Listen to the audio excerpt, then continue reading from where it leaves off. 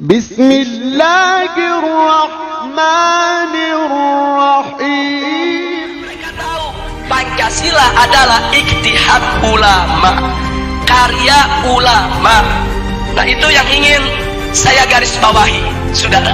Jadi jangan sekali-kali menuduh ulama ini anti Pancasila. Oh, mereka yang buat kok, mereka yang rumuskan kok, saudara.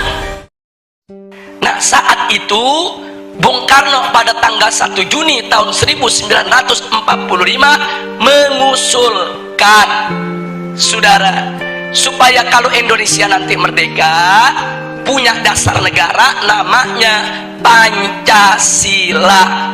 5 dasar. Sila pertama, Bung Karno mengusulkan peri kemanusiaan, kemudian peri kebangsaan, sedangkan peri ketuhanan diletakkan di sila yang kelima, sila terakhir. Ini ditolak oleh ulama, saudara.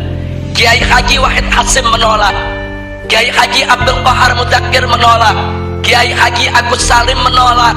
Kenapa mereka menolak? Enggak pantas ketuhanan ditaruh di sila terakhir. Enggak boleh sila ketuhanan diletakkan pada sila buntut. Ini fakta sejarah. Karena itu para ulama kita berjuang dalam forum BPPKI supaya ketuhanan naik menjadi sila yang pertama.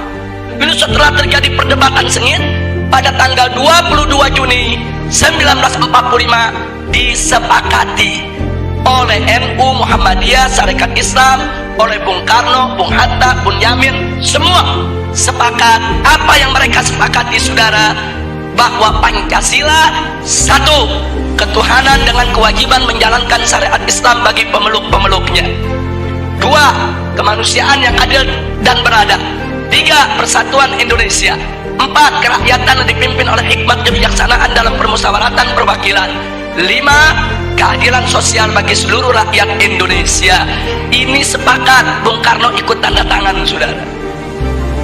Jadi artinya mereka sepakat. Ini kan 22 Juni belum merdeka nih kita nih. 22 Juni 1945 ini sebelum merdeka. Jadi semua sepakat kalau nanti kita merdeka, inilah dasar negara kita. Nah, itu disebut konsensus nasional. Singkat cerita, akhirnya diproklamirkanlah kemerdekaan kita pada tanggal 17 Agustus 1945. Begitu diproklamirkan, maka mulai saat itu dasar negara kita adalah Piagam Jakarta 22 Juni 1945 yang tadi sudah disepakati.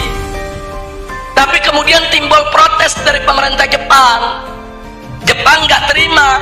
Kenapa ada kata-kata syariat Islam di bagian pertama?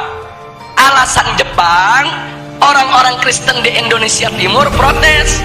Kalau pakai syariat Islam mereka nggak masuk negara Indonesia. Saudara, akhirnya Bung Karno dan Bung Hatta ditekan supaya menghapuskan kata syariat tersebut. Tanggal 17 setelah proklamir kemerdekaan.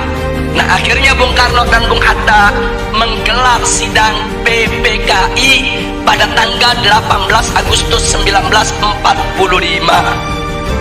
Nah, dalam sidang tersebut Kiai Haji Wahid Hasyim tidak hadir karena sudah perjalanan pulang dari Jakarta ke Surabaya. Kiai Haji Abdul Qahar Mudzakkir dari Muhammadiyah tidak diundang. Nah, kemudian Kiai Haji Agus Salim dari Sarekat Islam tidak diundang. Ada apa kiai-kiai kita tidak diundang, saudara? Bisa dibaca. Kalau kiai-kiai kita diundang, mereka nggak bakal setuju syariat Islam dihapus, saudara. Makanya supaya ini lolos, ini goal, kiainya nggak usah diundang, saudara. Jadi marginalisasi ulama itu udah mulai terjadi semenjak kita kemerdekaan, saudara. Disingkirkan ulama kita. Nah, akhirnya begitu digelar sidang yang hanya 2 jam sidangnya cuma 2 jam, terburu-buru. Kemudian sila pertama Pancasila diganti dengan apa? Ketuhanan. Itu aja, saudara. Sedangkan kalimat dengan kewajiban menjalankan syariat Islam bagi pengikutnya itu dicoret, saudara. Nah, akhirnya ada beberapa tokoh Islam yang hadir seperti Ki Bagus saudara dari Muhammadiyah menolak, karena beliau tahu ini ulama NU, ulama Muhammadiyah, ulama Sarekat Islam gak bakal terima ini diganti. Terjadi perdebatan.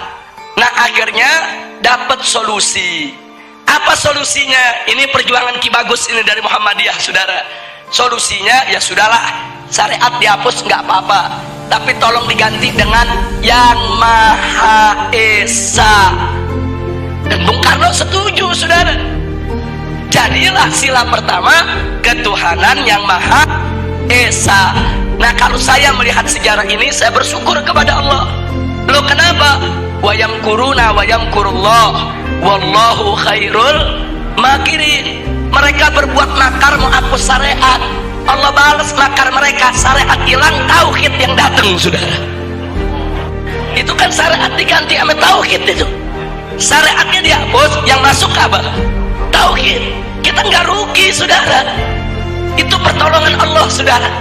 Padahal ulama dipinggirin, ulama mau dikhianati saudara, tapi Allah jaga.